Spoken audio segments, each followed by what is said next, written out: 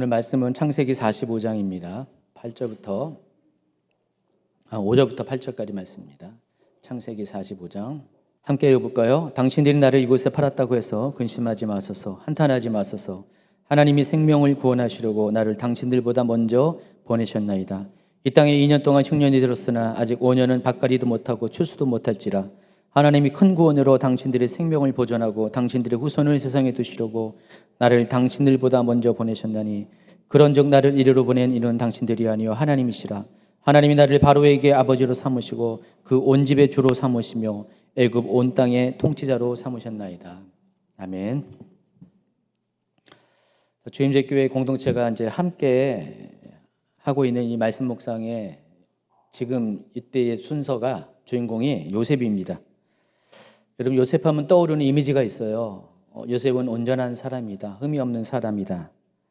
그래서 요셉은 여러 면에서 예수 그리스도의 예표가 됩니다. 요셉은 평생 동안 죄를 짓지 않은 사람인 것 같아요. 성경에 그런 흔적이 나타나 있지 않습니다. 또 개인적인 실수조차도 보이지 않은 그런 여러 면에서 모범생 이미지가 강한 사람입니다. 그런데 그럼에도 불구하고 그런 요셉에게도 인생의 고난이 찾아옵니다. 오히려 요셉은 죄를 지은 사람보다 더 큰 환난 가운데 고난의 시기를 통과해만 했습니다. 예수님의 예표이기도 한 이 온전한 사람 요셉이 죄를 지은 사람들보다 오히려 더 큰 고난을 겪어야 했는지에 대해서 우리가 선뜻 이해할 수가 없습니다. 그렇지만 하나님께서 요셉의 인생을 인도하시는 과정을 살펴보면은 하나님의 사람에게도 고난은 찾아올 수도 있고 또 그 과정을 통해 하나님께서 이루고자 하는 분명한 뜻도 있다는 것을 우리가 알 수가 있습니다. 본격적인 이야기에 앞서서 먼저 요셉의 일생을 간략하게 소개합니다. 요셉은 BC 1915년에 메소포타미아 지역의 밧단 아람에 있는 하란이라는 도시에서 야곱의 11번째 아들로 태어났습니다. 6살 때 모든 가족이 가나안 땅으로 이주했고 이후 10년 동안은 숫곳과 세겜에서 살았습니다. 그리고 17살 되던 해에 할아버지 이삭이 있는 헤브론으로 이주해서 그곳에 정착하게 됩니다. 요셉은 그곳에서 오래 살지 못했습니다. 형들의 시기로 인해서, 질투로 인해서 요셉은 이집트에 종으로 팔려가는 신세가 되었습니다. 그래서 파라오의 친위대장 보디발의 집에서 10년 동안 종살이를 하게 됩니다. 설상가상으로 이제 보디발의 아내의 모함을 받습니다. 3년 동안은 옥살이를 하게 됩니다. 그리고 마침내 그의 나이 30세가 되던 BC 1885년 이집트의 총리가 됩니다. 요셉의 인생을 잘 살펴보면은 요셉은 가장 인생의 꽃이 핀 나이인 그 젊은이의 시절에 17살부터 30세까지는 가족과 고향을 떠나서 낯선 타국에서 이방 민족 가운데 종살이와 옥살이를 하는 고난의 시기를 보내었습니다. 도대체 무엇 때문에 요셉이 어떤 잘못을 저질렀기 때문에 이 같은 고난을 겪어야만 했을까? 우리가 이제 요셉의 인생을 통해서 우리의 인생도 우리가 비교하며 돌아볼 수가 있는데 여러분 삶 가운데도 또 요셉과 같이 아무런 죄도 없는데 실수도 없는데 내 인생이 요셉과 같이 그런 고난을 겪을 수가 있어요. 그래서 우리가 사람의 인생 가운데 고난이 닥칠 때는 두 가지 가능성에 대해서 살펴볼 수가 있습니다. 첫 번째는 자기의 죄로 인해서 그 대가로 고난을 당하게 됩니다. 두 번째는 하나님께서 허락하신 훈련의 시기가 있고 또 그것을 통과할 때 우리는 고난을 겪게 됩니다. 자, 그렇다면 요셉은 이 중에서 어떤 이유에서 고난을 받을까요? 물론 첫 번째 이유는 아닙니다. 성경에는 요셉이 어떤 죄를 저질렀다는 흔적이 전혀 나와 있지 않습니다. 그렇다면 요셉이 고난을 받게 되는 것은 두 번째 이유인데 하나님께서 요셉의 고난을 허락하셨다는 것입니다. 하나님의 목적을 이루기 위해서. 그래서 이 부분을 엄격히 따져보면은요, 하나님께서 우리 요셉에게 고난을 허락하신 것이 모두가 다 하나님의 책임으로만 돌릴 수 없다는 사실을 또한 발견할 수가 있습니다. 많은 사람들이 이 부분에 대해서 자기 자신을 합리화할 때가 많이 있거든요. 내가 죄를 저질러서 고난을 받은 거 아니고 하나님께서 고난을 허락했다면은 나는 그 부분에 대해서 전혀 책임이 없다라는 생각을 많이 하고 있습니다. 자, 그런데 엄격하게 따져보면은 그런 것은 아니라는 것입니다. 하나님께서는 정말 그 사람이 온전한 사람이라면, 하나님 보시기에 100% 완전한 사람이라면 절대로 고난을 허락하지 않습니다. 당사자가 연단을 받을 만한 삶을 살았기 때문에 하나님께서 고난을 허락하신다는 것입니다. 그럼 요셉의 경우는 어떤 것일까요? 죄를 저지른 건 아니었습니다. 또 물론 하나님의 그를 향한 뜻이 있습니다. 그런데 그 과정 가운데 중요한 하나의 포인트가 있습니다. 하나님께서는 요셉에게 고난을 허락하신 이유가 하나님의 뜻을 이루기 위해서, 요셉을 통해서 하나님의 계획을 이루기 위해서 요셉에게 고난을 허락했지만은, 만약 요셉이 100% 온전한 사람이었다면은 굳이 요셉에게 고난을 허락하진 않았다는 것입니다. 이 말은 요셉에게는 아직 100%가 아닌 온전치 못한 잘못된 무언가가 있었다는 것입니다. 고쳐야 될 그런 문제가 있었다는 것을 알 수가 있습니다. 다시 말해서 사람의 모든 고난의 원인에는 경우에 따라 좀 다르고 또 정도에 따라 다르지만은 다 자기에게 속한 귀책 사유가 하나씩은 가지고 있다는 것입니다. 바로 요셉의 경우가 그런 것입니다. 요셉에게는 아직 온전치 못한 어떤 부분이 남아있다는 것입니다.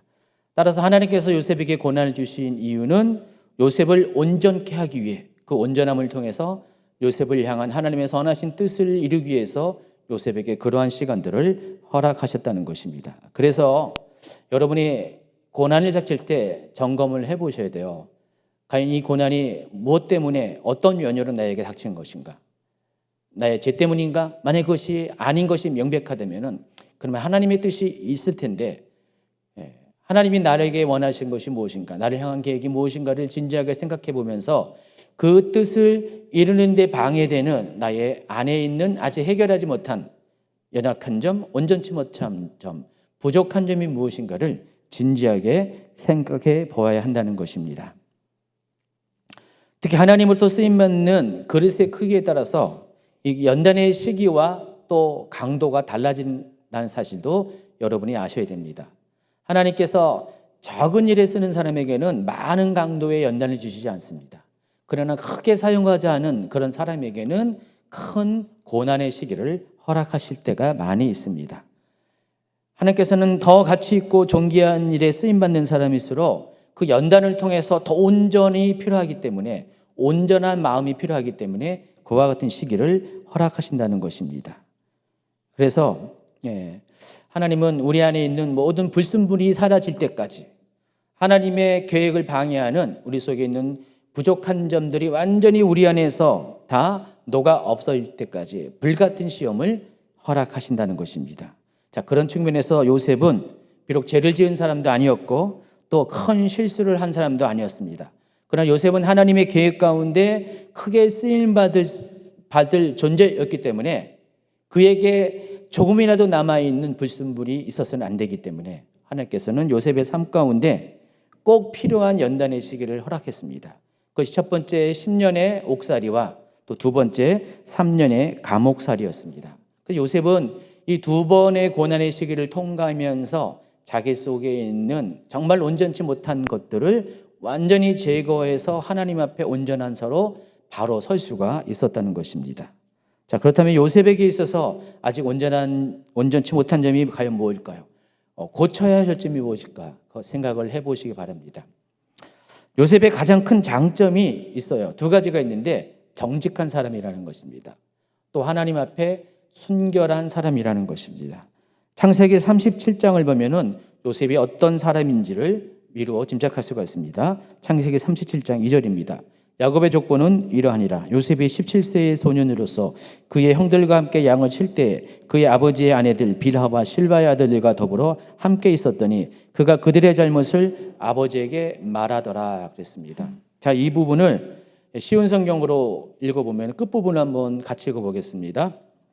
요셉은 형들의 잘못을 아버지에게 가서 그대로 일러 바치곤 하였습니다. 별로 의미가 안 좋은 것 같아요. 뉘앙스가 안 좋은 것 같습니다. 바라보는 관점에 따라서 요셉이 왜 저러지? 요셉에 대해서 부정적인 생각을 가질 수가 있는데, 적어도 요셉은 자신의 행동에 대해서 속이는 사람은 아니었어요. 마음에 대해서 속이는 사람이 아니었습니다. 자기가 옳다고 생각하는 것, 자기가 인정하는 모든 것에 대해서는 정직히 행하는 사람이었습니다. 특별히 죄에 대해서 타협하기를 싫어하는 사람이 요셉이었습니다. 그러니까 형들의 죄를 일러바치는 행동에 대해서는 좀 우리가 부정적으로 생각할 수 있지만은, 요셉이 그럴 수밖에 없는 이유는 요셉의 성품이 그러하기 때문에 그렇습니다. 요셉은 죄에 대해서 싫어하고 또 정직한 사람이었기 때문에 그것을 덮거나 또 없는 일로 이렇게 말하는 그런 사람이 아니었습니다. 그래서 요셉은 자기의 성품대로, 정직한 성품대로 사실 그대로를 아버지에게 보고한 것입니다. 그렇지만 이 요셉을 통해서 이렇게 아버지에게 잘못된 것이 드러나는 경험을 하게 된 형들의 입장에서 보면은 요셉은 얄미운 동생입니다. 뭐라고 요셉에 대해서 잘못을 말할 수는 없지만은 굉장히 기분 나쁜 동생이라는 것입니다. 싫은 동생이에요. 여러분, 예전에 이렇게 학교 다닐 때 보면은 학급 반장을 뽑습니다. 요즘 애들은 전부 다 선거에서 뽑잖아요. 근데 제가 학교 다닐 때는 반장을 뽑을 때는 성적순으로 뽑습니다. 담임 선생님한테 모든 권한이 있어요. 담임 선생님이 너 반장해 그러면 반장입니다. 그런 시절이 있었습니다. 그때 대부분 선생님들이 반장을 뽑을 때 그 기준이 뭐냐? 공부가 우선순위였어요. 그렇죠? 반에서 그래도 1, 2, 3등 안에 드는 대부분 1등을 시키더라고요. 1등을 시키고, 대부분 이렇게 공부 잘하는 친구들의 특징이 뭐예요? 모범생 스타일입니다. 융통성이 없어요. 하라는 대로 다 하고요. 하지 말라는 건 안 하는 스타일 있죠. 아마 그래서 선생님이 자기 말 잘 듣는 그런 친구들을 반장을 시키는 수도 있어요. 선거를 통해서 반장을 뽑으면은 나 선거에서 뽑혔으니까 할 말이 많을 것 같습니다. 선생님 건의에 대해서도 학생들의 그 건의를 대변하기 위해서 막 대항할 수도 있어요. 근데 그때 당시에는 그러지 않은 공부 잘하는 순서대로 반장도 뽑고 또 임원도 뽑았던 그런 기억이 납니다. 저는 그냥 반장을 한 번도 못 해봤어요. 무슨 부장, 부장 정도는 해봤습니다. 그래서 그런 반장들이 또 잘하는 친구도 있지만은 어떤 친구들은 정말 친구들을 보기에는 답답한 친구들이 있어요. 융통성이 없는 친구 있습니다. 정말 요셉처럼 아주 정직하게 친구들이 하는 모든 것에 대해서 선생님에게 다 보고를 하는 것입니다. 같은 동료들의 입장에서는 그게 뭐예요? 일로 바치는 거죠. 근데 이 친구의 입장에서는 정직하게 사실 그대로를 덧붙이지도 않고 덜하지도 않고 말하는 것입니다. 자, 요셉이 그런 사람이었어요. 여기 나타난 37장 2절에 나타난 요셉의 성품은 이런 사람이었습니다. 형들 보기에 딱히 좋을 만한, 딱히 신뢰할 만한 그런 동생이 아니었습니다. 야곱은 그 11명의 아들 중에서 오직 요셉에게만 다른 옷을 입혔습니다. 채색 옷을 입혔습니다. 색깔이 있는 옷이 아니라 이 채색 옷은 옷의 그 디자인이 좀 다른 거예요. 당시 사람들은 일반적으로 입는 옷들은 일하기 편한 일상복을 입었습니다. 그래서 팔이 짧고 또 기장이 또 작은 그런 일하기 편한 그런 작업복과 같은 옷을 주로 입었는데, 요셉에게 입힌 이 채색 옷의 의미는 팔이 이거 좀 뭐죠 이걸? 팔 옷깃이 여기까지 내려오는 거예요. 손목까지 내려오고 또 그 기장도 발목까지 내려오는 드레스 스타일의 옷이었습니다. 보통 일할 필요가 없는 그런 위치에 있는 사람들이 입었습니다. 왕족이나 귀족이나 뭐 이런 사람들이 주로 이 채색 옷을 입었습니다. 자, 그렇다면은 야곱은 처음부터 요셉에게는 일하지 말라고 그런 옷을 입혔습니다. 그 대신에 한 일이 뭐였습니까? 형들을 감시하는 일, 형들을 감독하는 일을 시켰습니다. 그렇게 한 이유는 요셉이 지혜로운 아들이었기 때문에 그렇습니다. 아마도 요셉이 정직한 아들이었기 때문에 야곱은 요셉에게 그 일을 맡겼던 것 같습니다. 그렇지만은 이같이 타협할 줄 모르고 융통성이 없는 요셉의 정직한 성품은 형제들 사이에 불화의 원인이 됩니다. 또 어느 날 요셉은 자기가 꾼 꿈에 대해서 형들에게 이야기합니다.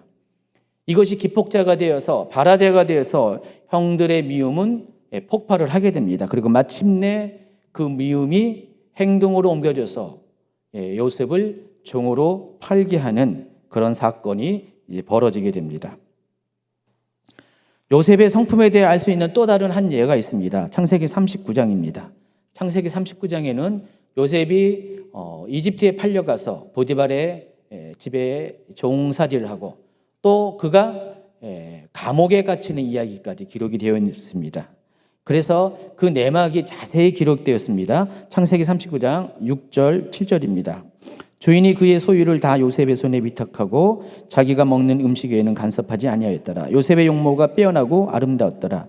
그 후에 그의 주인의 아내가 요셉에게 눈치파다가 동침하기를 청하니, 요셉의 주인인 보디발의 아내가 요셉의 준수한 용모에 마음이 끌렸습니다.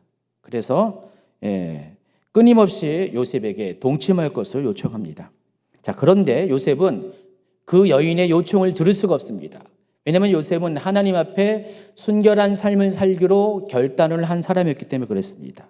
늘 언제나 요셉은 하나님께서 자신의 삶의 모든 것을 지켜보신다는 하나님을 인식하는 그런 삶을 살아가고 있었습니다. 그래서 그 자신 안에 있는 정결함을 유지하고자 거듭되는 보디발의 아내의 요청을 번번이 거절합니다. 창세기 39장 9절 한번 보겠습니다. 이 집에는 나보다 큰 이가 없으며 주인이 아무것도 내게 금하지 아니하였어도 금한 것은 당신뿐이니 당신은 그의 아내임이라. 그런즉 내가 어찌 이 큰 악을 행하여 하나님께 죄를 지으리까. 자, 요셉은 자기를 신뢰해서 자기에게 모든 것을 맡겨준 그 보디발의 그 신뢰를 배반할 수가 없었습니다. 또 한 가지는 하나님 앞에서의 삶에 저촉되는 그런 어떤 죄도 저지를 수가 없었습니다.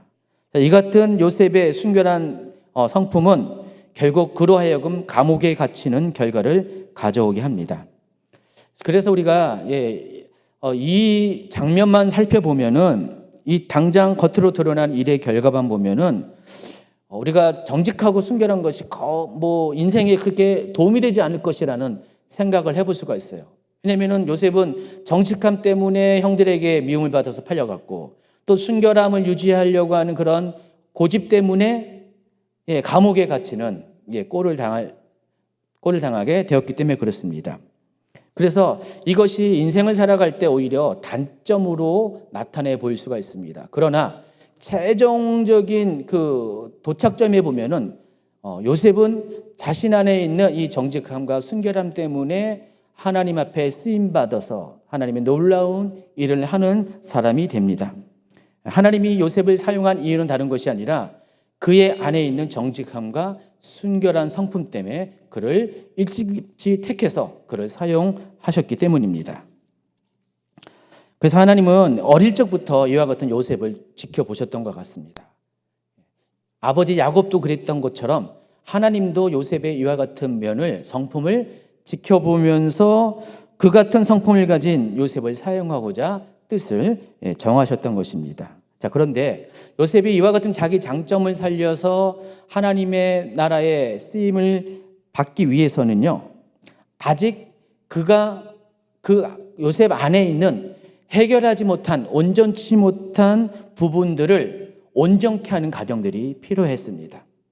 하나님이 여러분을 사용하시고자 하는 것은 가능성을 가지고 사용하시고자 합니다. 그렇지만은 가능성만 갖고는 하나님의 일을 맡길 수는 없어요. 그래서 그 일을 맡길 수 있는 온전한 자가 되어질 때 하나님은 그 일을 맡깁니다. 그런 면에서 아직 요셉은 가능성 갖고 있었지만은 아직 그 일을 감당할 만한 완전한 준비가 된 사람은 아니었습니다.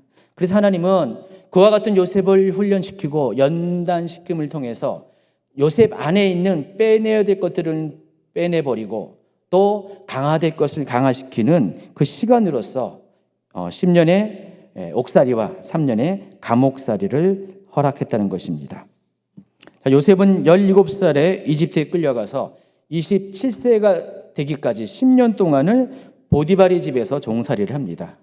여러분, 종살이가 어떤 의미가 있습니까? 자유가 박탈된다는 것입니다. 자기가 무엇을 자기가 원하는 대로 할 수 있는 선택이 박탈됩니다. 그 대신에 오로지 주인이 원하는 것을 하는 것이 종의 신분입니다. 졸지에 요셉은 그와 같은 신분이 되었습니다. 자기의 뜻이 아니라 주인의 뜻에 순복하는 삶을 살아야 했습니다. 그런데 하나님께서 요셉의 인생 가운데 이 같은 삶을 허락한 이유가 있습니다. 바로 요셉으로 하여금 인생의 주인이 자기가 아니라 바로 하나님이라는 것.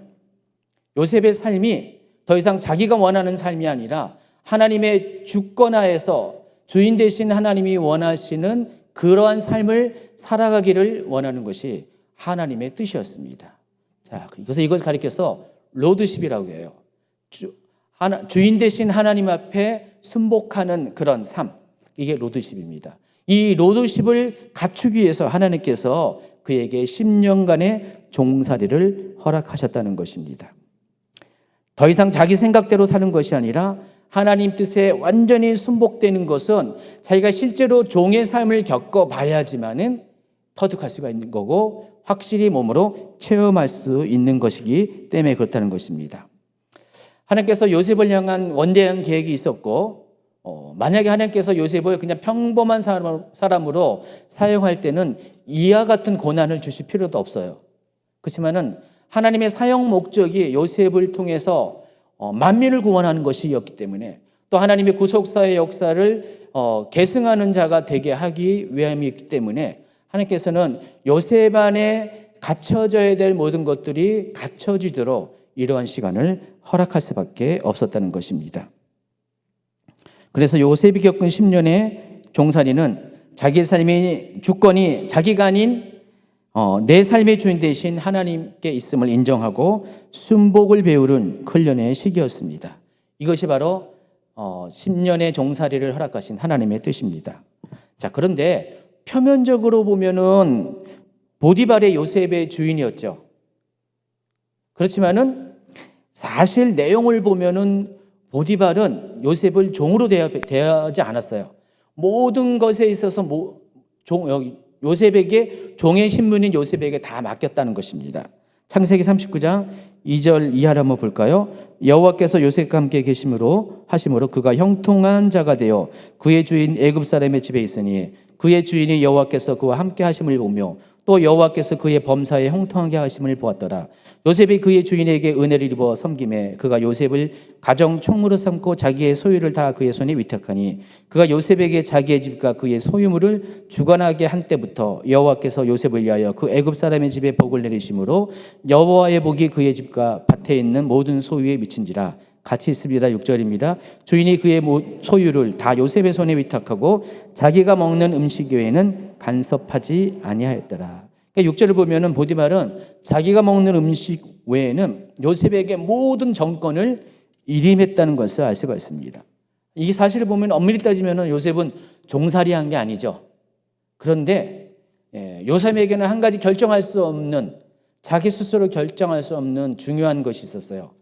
바로 이곳을 떠나서 자기 아버지의 집으로 갈 수 있는 그 선택은 할 수가 없었어요. 종이었기 때문에. 그래서 다른 모든 것들은 허용됐을지라도 요셉에게서 가장 중요한 고향으로 돌아가는 그 선택을 할 수 없기 때문에 요셉은 역시 종의 신분으로 살 수밖에 없었다는 것입니다. 자, 하나님께서 여러분에게 이와 같은 때를 허락할 때가 종종 있습니다. 하나님은 여러분을 자유하게 하셨습니다. 그래서 자유하시게 하시기 위해서 여러분을 종의 신분에서 여러분을 구원하셨어요. 그럼에도 불구하고 하나님은 여러분이 다 모든 것을 할 수 있게 하지만은 그러나 한 가지의 경우는 할 수 없게끔 합니다. 그래서 그것이 하나님의 주권 아래 여러분의 모든 삶의 최종적인 결정을 하는 것입니다. 그 부분만큼은 하나님께서 허용하지가 않습니다. 제가 이제 제 간증을 또 하게 됐는데요. 간증할 때가 제일 은혜가 된다고 해서 하는 겁니다. 제가 요셉과 같은 사람은 아니지만 요셉과 같은 시기를 보낸 적이 있습니다. 한 개인의 종살이를 한 건 아니에요. 그런데 제가 인생의 아주 중요한 시기에, 청년의 시기에, 한참 황금기의 나이에 제 인생이 무엇인가에 묶여 사는 종살이를 했습니다. 그게 뭐냐면은 환경이라는 그런 주인에 묶여 사는 종살이를 했습니다. 저는 환경의 종살이를 거의 20년 가까이를 한 것 같아요. 그래서 그 환경 중에서 가장 저를 어렵게 한 것, 저를 벗어나지 못하게 하는 것이 직장 생활입니다. 제가 23살에 군대 제대해서 1년 동안을 이렇게 알바를 했습니다. 돈을 벌어야 됐어요, 그때. 그래서 1년 동안을 이렇게 알바를 해가지고 1년 동안 돈 번 돈 갖고 학교를 이제 복학을 했어요. 24살에 했는데, 근데 복학과 동시에 또 다른 직장을 들어가게 됐습니다. 이제 정식으로 직장을 들어간 거예요. 1년 동안은 알바 생활을 하다가 그 1년 뒤에는 정식으로 직장을 들어갔습니다. 그 이유가 제가 벌어야지 제 학비는 물론이고 또 가정의 보탬이 되는 그런 상황이었어요. 어쩔 수 없는 상황이기 때문에 이제 직장 생활을 병행했습니다. 그러다 보니까 처음에 계획은 없었는데 시간이 흐르다 보니까 거의 20년 가까운 시간을 그런 시간을 보냈습니다. 제가 그 가운데 또 27살에 신학교를 또 이렇게 들어가서 신학교를 졸업하고 또 전도서 사역을 했습니다. 그래서 13년간을 직장과 사역을 병행하면서 그런 시간을 보냈습니다. 그래서 저는 처음부터 직장 생활을 하려고 했던 것이 아니었기 때문에 어느 정도 시기가 지나면은 이 환경에서 벗어나서 이제 뭐 신학교까지 갔고 졸업까지 하고 또 사역자로 나왔었기 때문에 주의 일을 하겠다라는 생각을 갖고 있었어요. 그런데 계속 시간이 가도 그 길이 열리지 않습니다. 그래서 어느 순간부터는 제가 그 삶의 그런 환경 가운데 묶여 있다는 그런 느낌을 받게 됩니다. 한 10년 동안은 재정과 관련돼서 묶여 있었어요. 그리고 나머지 10년 동안은 관계로 묶여 있습니다. 더 이상 직장을 간두고 싶어도 간둘 수 없는 관계가 하나님이 만들어 놓은 거예요. 그때는 그게 정말로 이해할 수가 없었고요. 정말 화도 많이 났습니다. 내가 내 삶을 결정하는데 내가 결정을 못해. 어떤 관계에 묶여가지고 간두면 안 되는 거예요. 그 직장도. 그런 직장이라도 있으면 좋겠어요?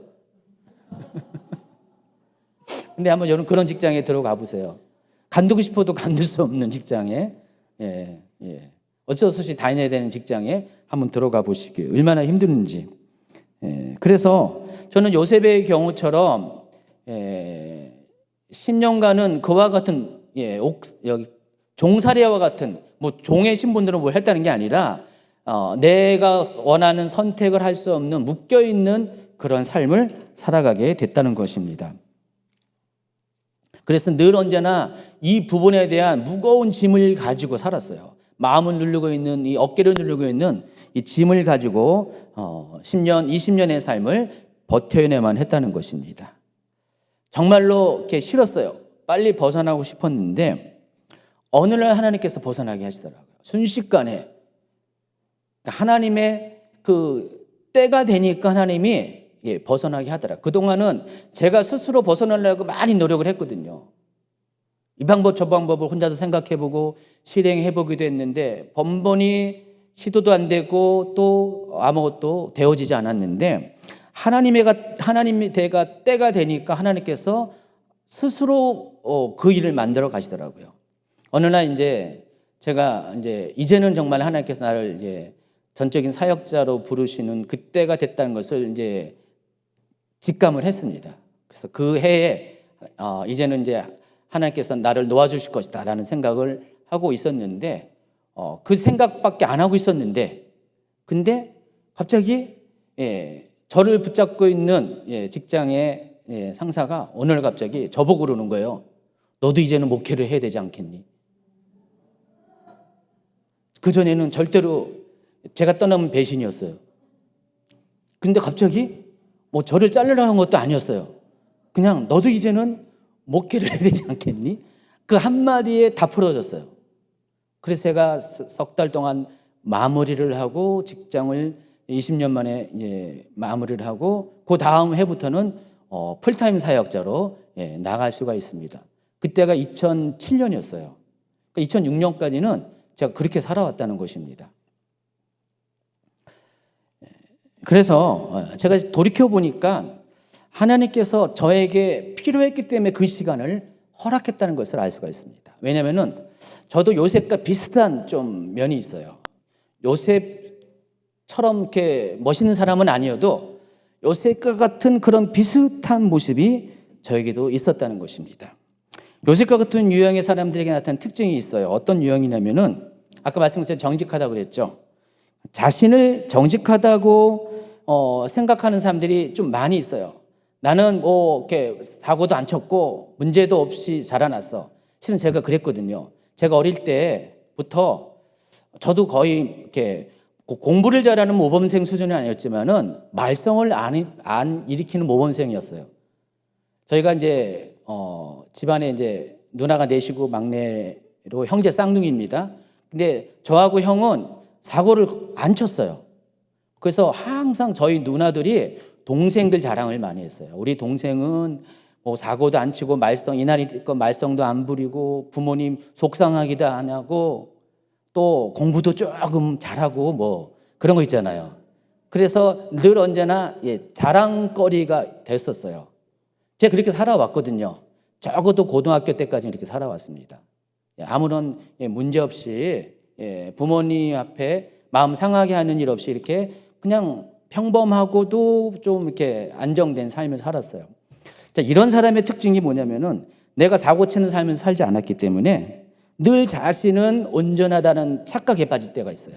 자기는 정직하고 자기는 완전까지 하면 그래도 괜찮다는 착각에 빠져 있을 때가 있습니다. 그런데 이것은 자기도 모르는 함정을 스스로 만드는 것입니다.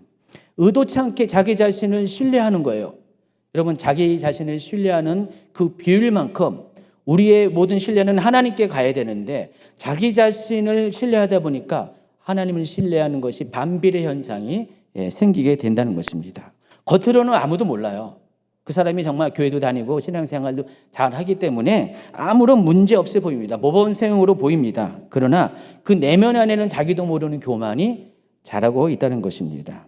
일반적인 교만이 아니라 드러나지 않는 감춰진 교만이라는 것입니다. 그래서 자기의 죄인됨을 인정하지 않아요. 여러분, 사고 많이 친 사람은 자기가 죄인인 것을 인정해요. 나는 이런 놈이야 하면서 자기 스스로가 죄인인 것을 인정하고 자기가 또 하나님의 은혜가 필요한 것은 아는데 그런 문제없이 자라난 사람들은, 그렇게 신앙생활하는 사람들은 자기의 죄인됨에 대해서 심각하게 생각해 본 적이 없어요. 그러다 보니까 자기네 죄인됨을 인정하지 않습니다. 그런데 이게 알고 보면은 하나님 앞에 교만이라는 것입니다. 저는 그것을 예전에 미처 몰랐어요.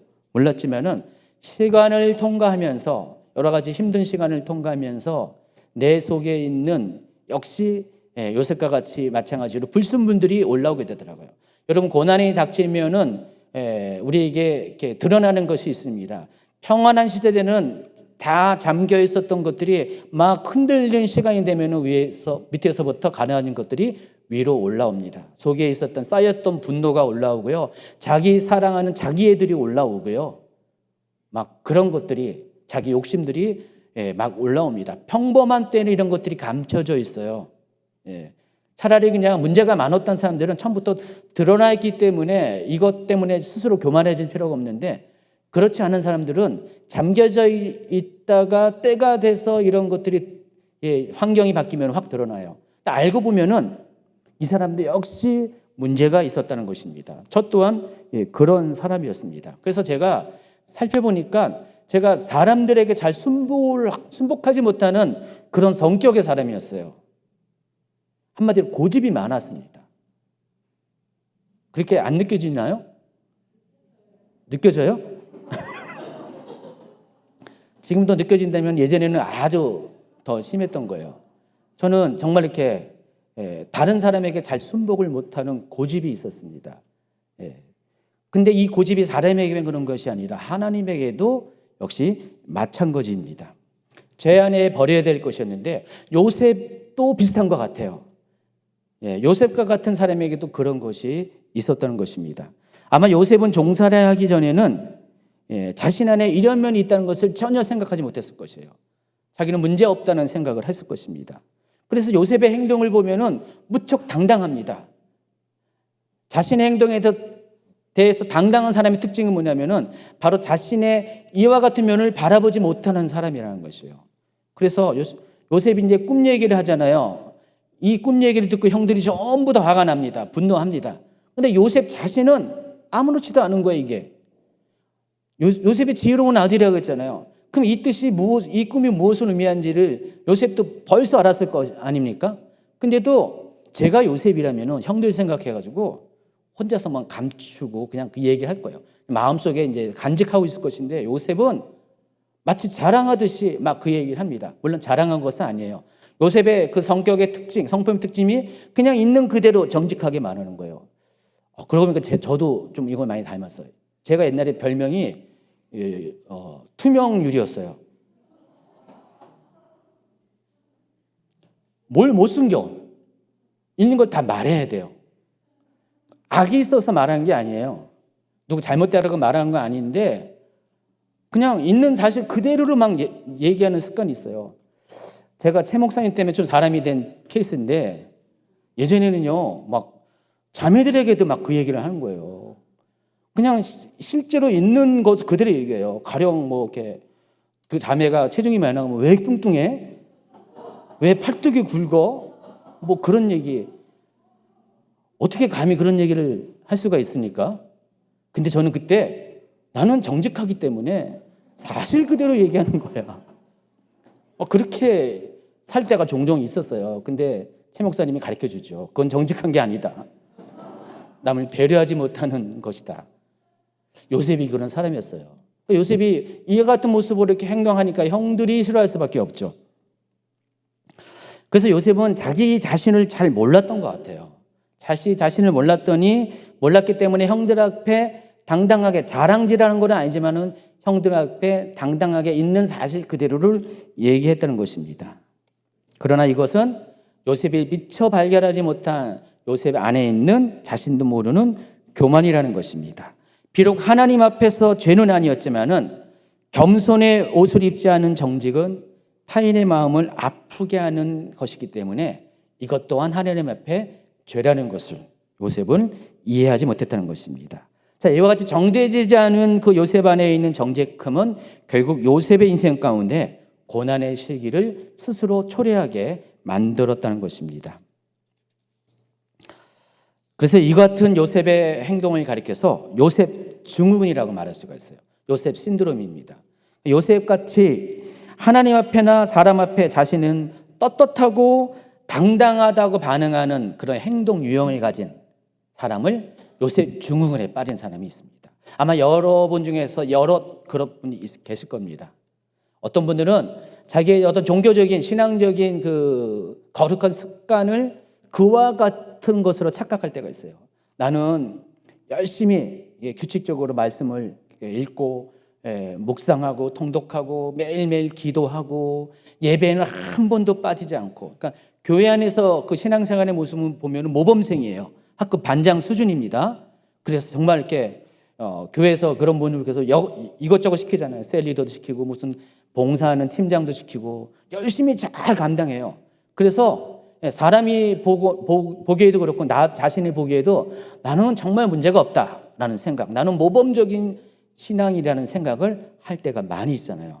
근데 그런 사람에게 또 이렇게 잘못된 점이 뭐냐면은 그 정도까지 자기 자신만 생각하면 상관이 없는데 그런 자기 자신을 보고 다른 사람을 볼 때 그렇지 않은 사람에 대해서 가만히 못 있다는 겁니다. 넌 왜 이래? 넌 왜 기도 안 해? 너 말씀 읽지 않아? 너 왜 예배를 잘 빠져? 너 왜 그 모양이야? 혹시 그런 것을 자기 모르게 하고 있다? 요셉과 같은 사람입니다. 여러분 한번 깊이 내 모습이 그런지 하는가를 생각해 보시기 바랍니다. 그런 사람은 조심하십시오. 고치지 않으면은 때가 문제이지 언젠가는 하나님께서 여러분을 요셉처럼 종살이로 보내고 감옥에 보낼 때가 있다는 사실을 아시기 바랍니다. 결국 하나님께서는 10년 동안 요셉을 종살이의 환경에 두게 하심으로써 인생의 참된 주인이신 하나님 앞에 순복할 수 있는 사람으로 요셉을 변화시킵니다. 그래서 요셉의 정직함이라는 장점이 이제 장점으로 발휘될 수 있는 그런 사람으로 요셉을 바꿔 놓으십니다. 왜냐하면 하나님께서 요셉을 사용하셔야 하기 때문에 그렇다는 것입니다. 어떤 분은 요셉에게 10년간의 종살이는 충분하다는 생각을 합니다. 근데 하나님께서는 그 10년의 종살이를 끝났을 되니까 더 힘든 감옥살이를 추가적인 3년의 시간을 허락하십니다. 정말 말도 안 되는 그런 이끄심입니다. 하나님 정말 그럴 수가 있습니까? 아마 옆에 누가 있다면 요셉을 잘 아는 사람이라면 하나님 10년이면 충분하지 않습니까? 라고 말할 수가 있습니다. 그러나 하나님께서 그같이 행하신 데는 이유가 있어요. 아직 요셉에게 필요한 뭔가가 남아있기 때문에, 그 시간이 남아있기 때문에 그것을 허락을 했다는 것입니다. 말씀드린 것처럼 요셉의 인생은 평범한 삶이 아니었습니다. 자기 한 사람만 책임지는 사람, 자기 한 가족만 책임지는 사람이 아니라 모든 민족을 책임지는 사람이었습니다. 만약에 요셉이 존재하지 않았다면 어떻게 됐을까요? 야곱의 모든 가족들은 기근 가운데 죽었을 수도 있어요. 또 이집트도 멸망할 수가 있을 것이고 그 근동지방 전체가 전부 다 기근으로 인해서 사람들이 많은 사람들이 죽을 수밖에 없습니다. 하나님의 역사가 자칫, 하나님의 구속사가 자칫 중단될 수도 있었습니다.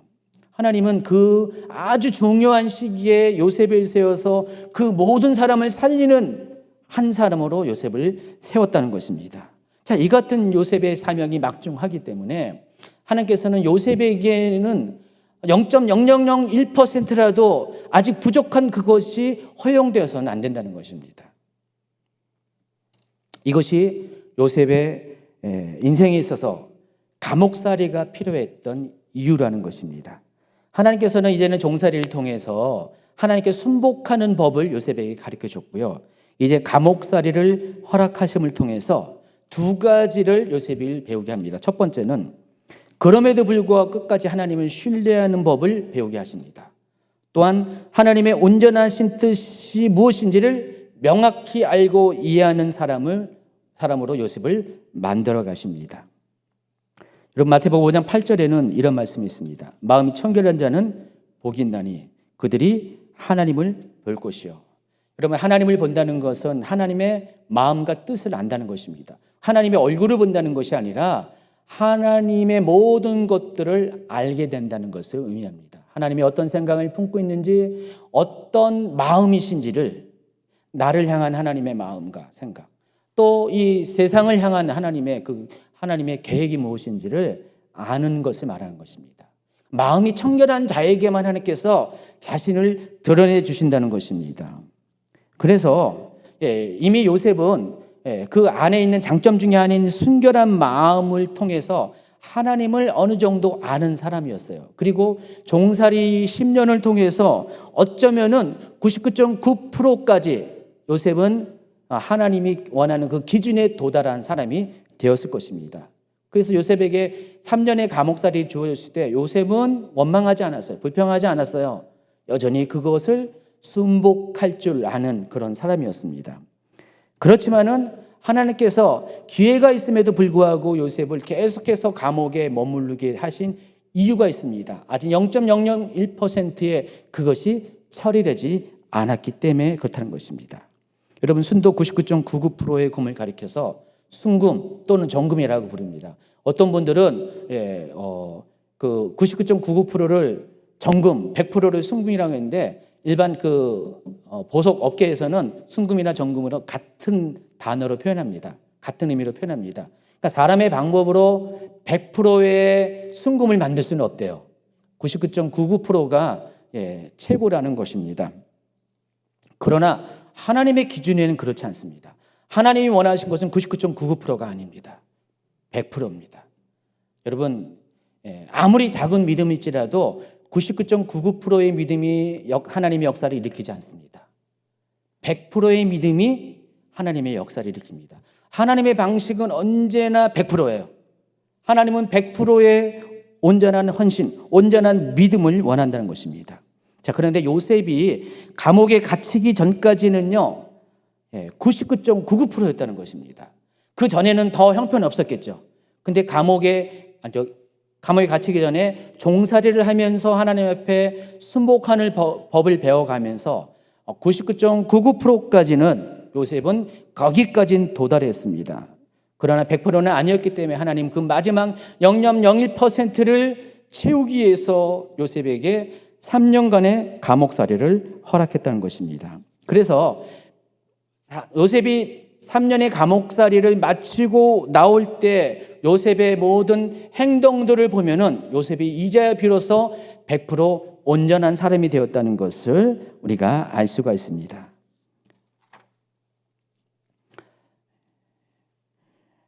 그것을 확인할 수 있는 것이 창세기 41장 32절 이하입니다. 한번 읽어볼까요? 바로께서 꿈을 2번 겹쳐 꾸신 것은 하나님이 이 일을 정하셨습니다.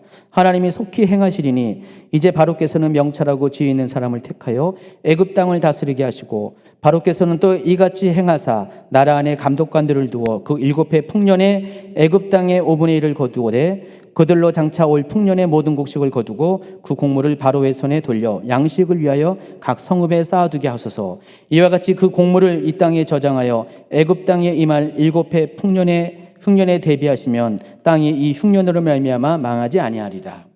자, 이 내용을 살펴보면은요, 앞전에 이제 요셉은 바로의 2번에 걸친 꿈을 해석하는 장면이 나옵니다. 일반 사람이 보면은 이것도 대단한 거죠. 그런데 요셉은요, 그 꿈 해석으로 머무르지 않습니다. 그 다음 단계를 얘기해요. 요구하지도 않았어요. 그러면 내가 어떻게 하랴 묻지도 않았습니다. 근데 그럼에도 불구하고 요셉은 바로가 어떻게 해야 될 것을 가르쳐 줍니다. 자, 이 장면을 통해서 우리가 알 수 있는 것이 있습니다.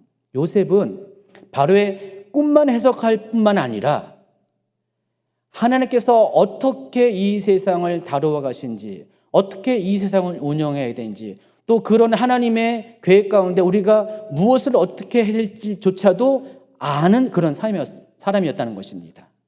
이것이 어떻게 가능했을까요?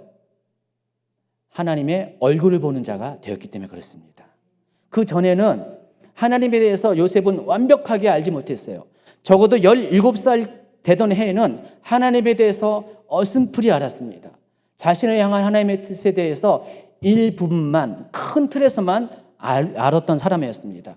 그랬다가 27세가 되어서 이제 감옥으로 종살이에서 감옥살이로 옮겨지게 될 때는 이제는 요셉은 어느 정도 하나님의 뜻에 대해서 이제는 큰 골격뿐만 아니라 디테일한 것도 알게 되었어요. 그러나 감옥살이를 끝나고 나서는 완벽하게 하나님의 계획에 나무와 숲 전체를 볼 수 있는 그런 사람이 되었다는 것입니다. 여러분, 고난은요, 우리에게 주는 여러 가지 유익 중에 하나가 우리의 눈을 밝혀준다는 것입니다. 우리의 눈을 넓혀주는 거예요. 전에는 보지 못했던 것들을 보게 합니다. 전에는 생각하지 못한 것들을 생각하게 합니다. 또 하나님 안에서의 고난은 어떤 의미가 있습니까? 하나님의 비밀한 것을 보는 자가 된다는 것입니다. 그것이 만약에 하나님과 함께하는 고난이라면, 하나님의 고난에 동참하는 것이라면 더욱더 그렇다는 것입니다. 그런 의미에서 요셉은 10년 종살이와 3년의 감옥살이를 거쳐가면서 13년의 시간을 통해서 하나님에 대해서 점점 알아가고 아는 단계로 끝나는 것이 아니라 하나님이 어떤 분인 것을 완벽하게, 여러분 싱크로율이라고 그러죠. 싱크로율. 저 사람과 이 사람이 그 닮은 것을 척도를 말하는데 100% 하나님 닮은 사람으로 변화하였다는 것입니다. 그래서 요셉은 하나님을 볼 수 있는 마음의 청결함을 가진 사람이 되었어요. 그래서 하나님의 마음이 어떤 것인지, 하나님의 뜻이 어떤 것인지, 하나님의 계획이 어떤 것인지를 보는 자가 되었다는 것입니다. 창세기 45장 5절부터 8절까지 오늘 본문의 내용을 이제 설명하고 말씀을 마치도록 하겠습니다. 오늘 본문을 보면은 요셉은 이와 같은 하나님의 전체적인 계획을 알 수 있었기 때문에 22년 전 형들이 자기를 종으로 팔았던 그 행동들에 대해서 그것이 무엇 때문에 어떤 역사로 인해서 그 일이 일어난지를 알았습니다. 바로 모든 것이 하나님의 계획 가운데 있었다는 것을 요셉은 알았다는 것입니다. 17살 때는 몰랐어요. 아마도 27살 때까지만 해도 완벽하게 이 사실을 알지 못했을 것입니다.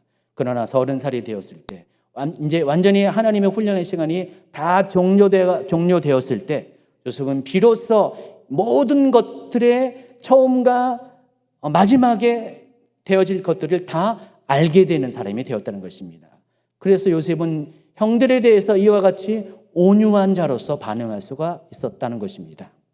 하나님이 여러분의 인생 가운데 이와 같이 고난을 주신 이유, 또 하나님의 뜻 때문에, 하나님의 계획 때문에 고난을 주신 이유는 여러분을 통해서 일하시고자 하는 하나님의 계획이 있습니다. 처음에는 그것들이 여러분이 아직 준비되지 않으면은요, 다 밝히 드러나지 않습니다. 그러나 여러분이 이 종살이와 이 감옥살이와 같은 과정들을 겪으면서 점점 하나님 앞에 순복하고 또 하나님의 얼굴을 구하는 사람이 되어질 때 그 모든 과정을 마치게 되면 하나님은 하나님에 관한 모든 것을 여러분에게 친히 나타내 보여주신다는 것입니다. 요셉은 그 당시 살던 모든 사람들 중에서 유일하게 하나님의 뜻을 아는 사람이었습니다. 그렇기 때문에 요셉은 바로에 대해서도 이와 같이 무엇을 어떻게 준비할지를 가르쳐 줄 줄 아는 사람이었고, 또 형들에 대해서도, 형들의 악행에 대해서도 하나님의 마음으로 용서할 수 있는 사람이 되었어요. 실은 요셉이 용서하는 것이 아니라 굳이 용서하겠다고 용서한 것도 아니에요. 요셉은 하나님께서 왜 형들에게 이런 행동을 하게 했는지를 이해를 할 수 있었어요. 납득이 된 거기 때문에 용서라는 그 노력보다도 자연스럽게 그와 같이 반응할 수가 있었다는 것입니다. 보통 우리가 이런 사람을 가리켜서 온유한 사람이라고 합니다.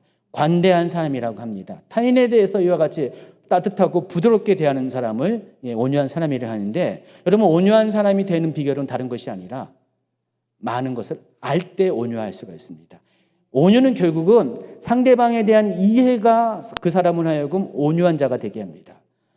또 우리가 하나님에 대해서도 온유해야 되는데, 하나님에 대해서 알지 못하면 우리는 강팍하게 반응하죠. 완악하게 반응하죠. 그러나 하나님에 대해서 알게 되면 하나님에 대해서도 온유로 반응할 수가 있습니다. 하나님은 이와 같이 우리가 온유해질 때까지 우리의 삶 가운데 고난이라는 환경을 허락하십니다. 그래서 그것이 벗어날 수 없는 종살이와 같이 느껴지고, 또 더욱더 풀려날 수 없는 감옥살이와 같이 느껴집니다. 그러나 그 모든 것들을 통해서 하나님의 사람으로 준비되어지면은 하나님은 어느 날 갑자기 한순간에 그 모든 묶임에서 여러분을 자유케 하십니다. 그때가 언제냐? 여러분이 하나님의 얼굴을 볼 때가 바로 그때라는 것입니다. 그리고 그러한 사람이 비로소 온전한 자가 되고, 그 온전한 자, 순도 100%의 순금으로 여러분이 하나님 앞에 나아갈 때 하나님은 여러분을 마음껏 하나님의 원하시는 대로 여러분을 사용할 수가 있게 된다는 것입니다. 여러분, 지금 여러분의 인생의 지금 발걸음은 어디쯤 와 있습니까? 아직도 여전히 가나안 땅에서 그러고 살고 있습니까? 아니면 여러분 지금 이집트에 와서 그 연단을 받고 있습니까? 혹시 종살이 하는 사람이 있습니까? 이 종살이 언제 끝나나 하고 맨날 한탄하는 사람이 있습니까? 여러분, 한탄해서 종살이 끝나는 거 결코 아니더라고요. 여러분 그 종살이 하는 동안에 하나님 앞에 순복하는 법을 반드시 터득해야 됩니다. 또 혹시 감옥살이 하는 분 계십니까? 감옥과 같은, 내 인생이 감옥과 같은 풀려날 수 없는 내 모든 그런 거주권도 박탈되는 그런 모든 자유가 박탈되는 그런 수롱 같은 곳에서 살고 있지 않습니까? 하나님 도대체 나한테 억가심정 있는 거 아니에요? 하면서 하나님 원망하고 막 그런 사람 있지 않습니까? 여러분 잘 생각해 보십시오. 여러분의 아직 여전히 남아있는 여러분의 순도를 이렇게 반감시키는, 차감시키는 어떤 불순물이 있다는 것을 깨닫고요. 하나님 여러분을 흔드실 때, 하나님께서 여러분을 이렇게 시험 가운데 있을 때, 지혜로운 사람은 내 속에 버려야 될 것이 무엇인지를 발견하는 사람이고, 여러분이 그것을 해결할 수 없을지라도 하나님께 그것을 의탁함을 통해서 이미 순복을 배웠기 때문에 의탁함을 통해서 현복이 돼야 되죠. 좋군데 아무도 못 알아듣습니다. 현복이 된다고요. 순복이 아니라 현복이 돼야 된다고요. 예, 지혜로운 복종이 돼야 된다는 것입니다. 지혜로운 순복이 돼야 됩니다. 그래서 여러분 이렇게 그와 같이 하나님 앞에 진짜로 정말 지혜롭게 온전한 순복이 여러분 가운데 이루어져야 됩니다. 그러면은 하나님 그때부터 여러분을 자유케 하실 것입니다. 완전케 하실 것입니다. 그리고 여러분을 마음껏 사용하게 하실 것입니다. 제가 보기에는 여러분은 중에 대부분은 종살이에서 감옥살이 그 중간에서 지금 있을 것 같아요. 그렇죠? 네. 여러분 그때 아우성만 치지 마시고요. 오늘 말씀에 조명받은 대로 여러분 그 상황 가운데 어떻게 해야 될 것을 여러분 깨닫고 그렇게 행하시는 여러분이 되기를 예수님의 이름으로 축원합니다.